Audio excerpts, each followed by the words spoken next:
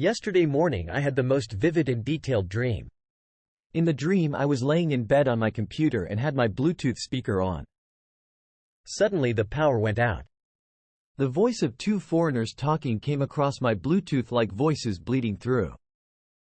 Like you used to hear on a cordless phone back in the day. Obviously I couldn't make out what they were saying, and then the speaker went dead. I began to feel lightheaded and knew something was off. It's hard to explain, but I knew my body was being transformed somehow. I managed to roll out of my bed and headed to my balcony to take a look outside. As I looked outside I saw tons of people, some getting off buses.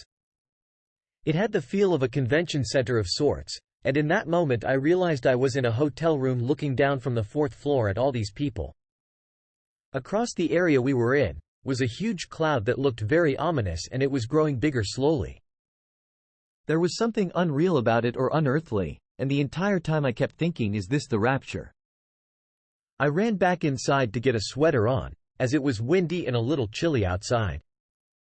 It was summer, but the weather you would expect during a storm. Just then, fireworks went off and a marching band began to play. I yelled down to some people outside to ask what the celebration was for. You would assume it was the 4th of July with fireworks, but the only response I got from one of the people outside was that the celebration was for a man, but I can't remember the name of the man he was saying. And then my attention went back to the clouds, and I knew I had to get to them somehow, and then I woke up. Even though I didn't make it to the clouds before I woke up, I knew Jesus was waiting in those clouds for the trumpet to sound. Remember that you have nothing to fear if you have Jesus and God on your side. Get to know Jesus through reading the Bible and through prayer. As you do these things, your heart will soften, your mind will expand. You will have God's protection when you choose to follow Him. I will continue to pray for all the lost sheep to return to His fold.